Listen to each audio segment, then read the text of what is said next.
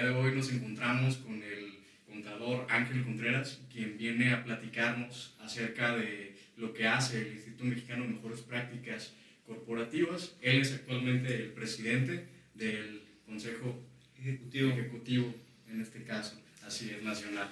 Le damos la más cordial bienvenida. Al contrario, Carlos, gracias por la invitación, todo un gusto. Gracias por acompañarnos. Contador, ¿qué nos podría platicar acerca de lo que viene a ser el Instituto Mexicano de Mejores Prácticas Corporativas? ¿Qué es? Es una asociación civil, Carlos, que nace en 2009 porque teníamos un grupo de gente, la inquietud de cuáles eran las mejores prácticas. Todo el mundo hablábamos de ellas, pero no teníamos claro cuáles eran y en qué orden se tenía que atender.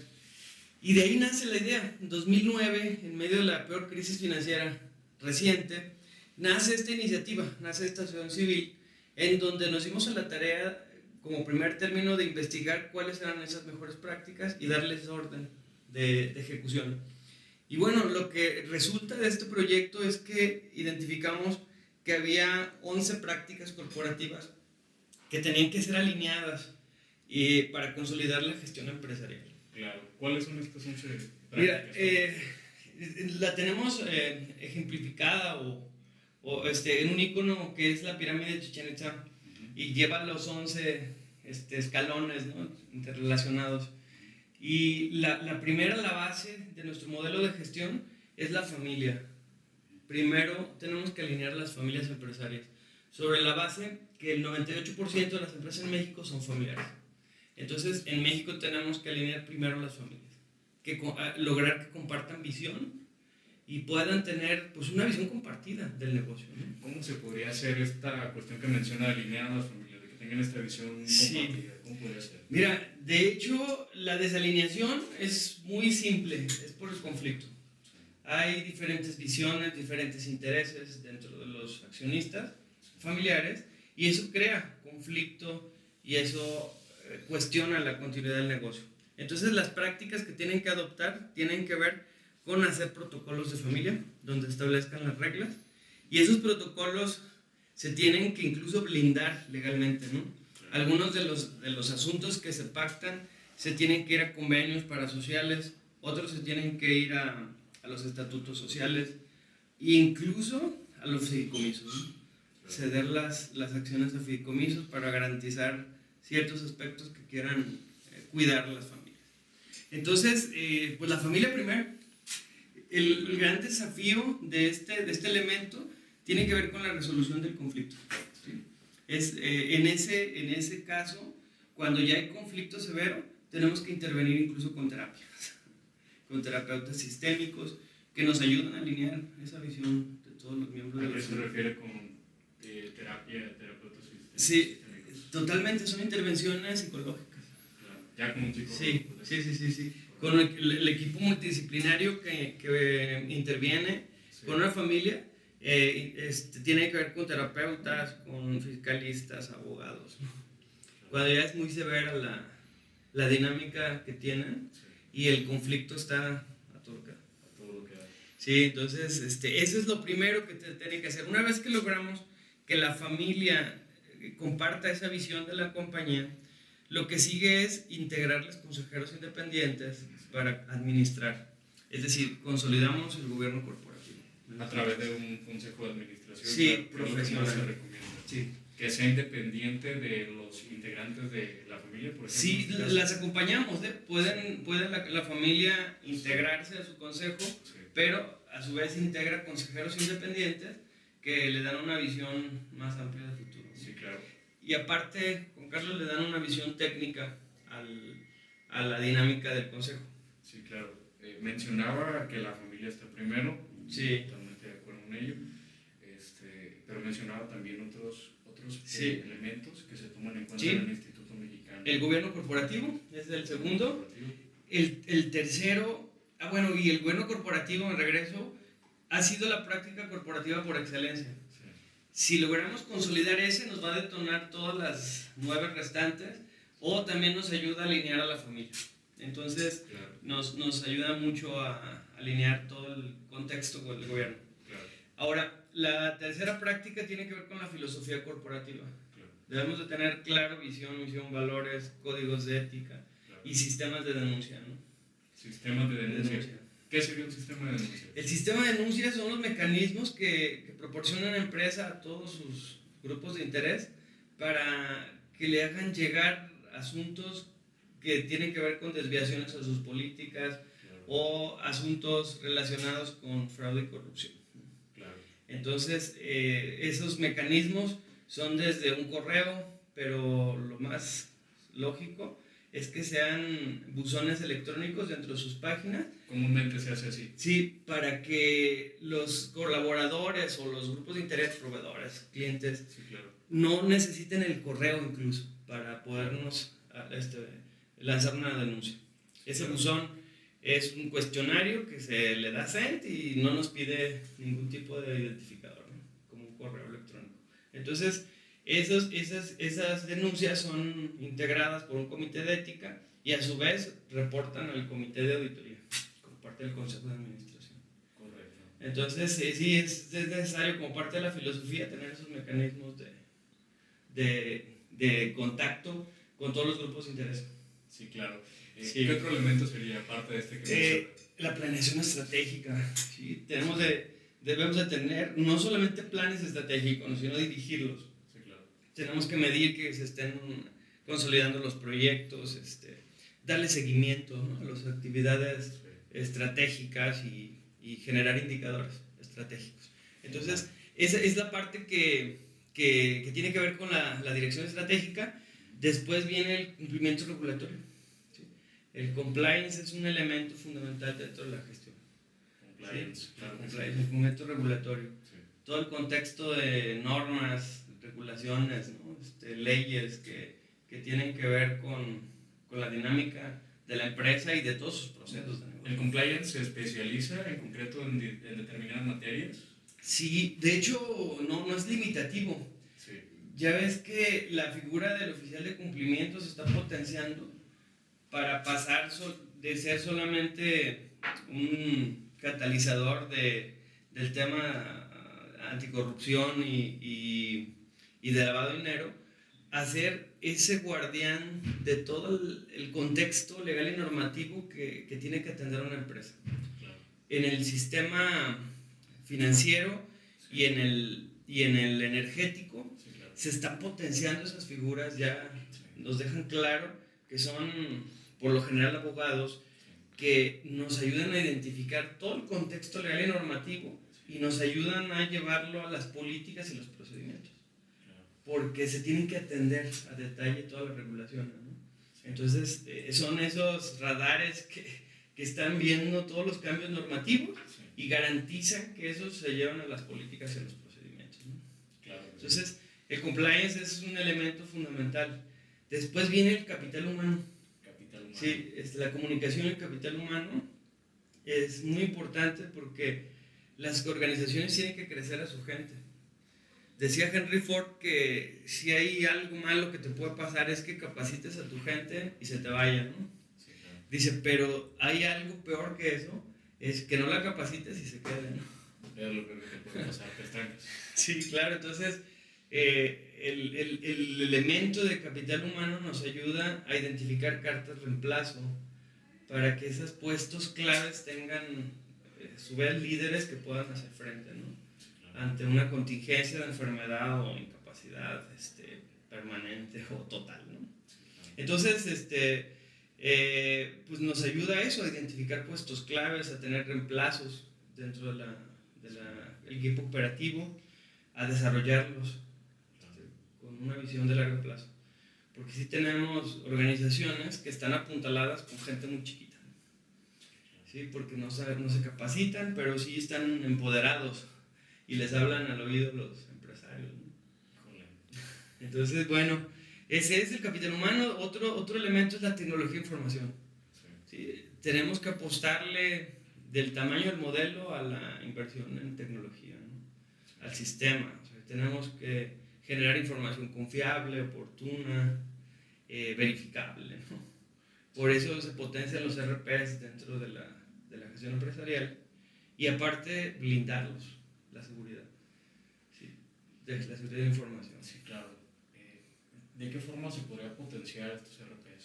Sí, mira, pues ya ves que hay RPs ya desarrollados en el mercado, que son ya marcas comerciales consolidadas. Esas son las que más se recomiendan porque cuando le entramos al desarrollo, que podemos tener el riesgo de quedar secuestrados con los desarrolladores.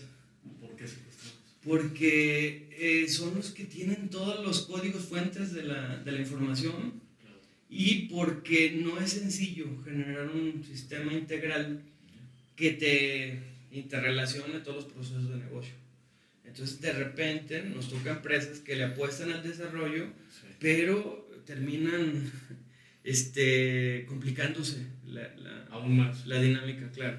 Lo más recomendable es adquirir programas ya establecidos, ya desarrollados previamente, probados, y tropicalizarlos, hacerles adecuaciones de acuerdo a tu modelo, sí, claro, de negocio. Entonces, pero no solamente es la inversión, porque nomás para darte una idea, una licencia contable te cuesta 15, 17 mil pesos, y un RP sencillo para una empresa mediana te salen 700, 800 mil pesos, ¿no? Entonces la inversión es muy importante, más los equipos que tienes que modernizar, y la inversión es importante. Sí, entonces, bueno, la tecnología es muy importante, y otro tema es la innovación, otro de los elementos. En México no innovamos. Gran problema. Sí, creemos que las fórmulas que nos traen al éxito nos van a llevar al futuro. Entonces, ahí viene un reto, un desafío. Ese sería un desafío, un reto, sí, estar constantemente innovando. Claro, porque es un paradigma. De hecho, es una paradoja de la vida. Las fórmulas del éxito son las mismas que del fracaso. Es correcto. Entonces, creemos a veces con la soberbia de que ya llegamos, de que tenemos un producto exitoso, ahí nos quedamos, ¿no? Y no se gesta. No te actualizas, no innovas, no sí, cambias, no te actualizas. Sí, entonces, bueno, esa es la consigna de que las empresas tienen que gestionar la innovación como un proceso. Como un proceso. Sí, diario, dice uno de los directores de una compañía muy fuerte en el sureste, sí, que ellos gestan la innovación, ¿no? Es decir, hay gente que entra a las 9 de la mañana y se va a las 7 pensando qué procesos, qué productos se van a proponer al mercado, ¿no? Claro. Entonces es algo que tendríamos que estar haciendo porque, pues te reitero, podemos caer en la soberbia, sí, corporativa, y la soberbia tumba imperios. Es correcto. Entonces, bueno, la innovación es uno de los elementos de la gestión. El otro tiene que ver con la mejora de procesos, sí, documentar nuestros procesos. ¿Cómo se pueden documentar estos procesos? Sí, hay metodología donde nos ayuda a tener claridad cómo fluye una actividad dentro de la organización. Se hacen mapeos de esos procesos, se identifican actividades vulnerables, ¿no? Y se identifican controles que podamos establecer dentro del proceso, y en función de eso ya se documentan las políticas y los procedimientos, ¿no? Ya que tenemos mapeado el flujo de operación. Sí, claro. Eso nos permite saber qué están haciendo nuestros colaboradores, porque de repente también estamos secuestrados como empresarios, sí, claro, porque nuestra gente trae información, trae poder, sí, claro, y no sabemos qué están haciendo ni cómo lo están haciendo, ¿no? Es correcto. Entonces, esto de la documentación de procesos nos permite identificar qué exactamente son las actividades relacionadas con ese proceso, y bueno, poder replicar y ir un montón a capacitar al que sigue, ¿no? Sí, claro que sí. Entonces sí, es el otro, y finalmente la supervisión y el monitoreo es el último elemento de la gestión. ¿Como integral? Sí, todos los otros elementos. Sí, desarrollar actividades de auditoría donde supervisemos que todo lo que estamos diseñando y proponiendo se cumpla, ¿no? Sobre la base que hay un dicho muy, muy agresivo que dice que orden dada no supervisada se va muy lejos, ¿no? Sí, entonces tenemos que generar procesos dentro de la organización de auditoría permanente para verificar que estamos... ¿Cada cuánto tiempo sería este proceso de auditoría? ¿De supervisión? Sí, de hecho... ¿Cuánto se recomienda? Fíjate que son departamentos ya dentro de las organizaciones, sí, donde generan planes de auditoría anuales y tienen trabajo permanente, ¿no? Son procesos que no terminan. porque las transacciones son dinámicas. Entonces tú pudiste haber auditado tesorería en enero, pero los de finales de enero ya son otras transacciones, ¿no? Entonces, es una constante. Entonces, los departamentos de auditoría se dedican a monitorear que no va a haber ninguna sorpresa operacional, ¿no? Sí. Entonces, esos son los 11 elementos y el instituto se mueve por ahí en la promoción de esos 11 temas. Entonces, de repente nos ves con Summit, donde hablamos de fraude y corrupción, donde hablamos de tendencias de gobierno corporativo. Sí. Vamos a tener en octubre, el 17, nuestro congreso y vamos a hablar de catarsis corporativa. ¿Qué es la catarsis corporativa? Sí. ¿Es un término acuñado por el propio instituto? No, es un tema psicológico. Sí. Claro. En la psicología se da mucho el tema de la catarsis, sí, y es el proceso en el que la humanidad decide limpiarse y deshacerse de prácticas que ya no está convencido en hacer. Entonces es un poco sacudirse y dejar todo lo que venías haciendo para renovarte. Entonces la catarsis está provocada por los cambios.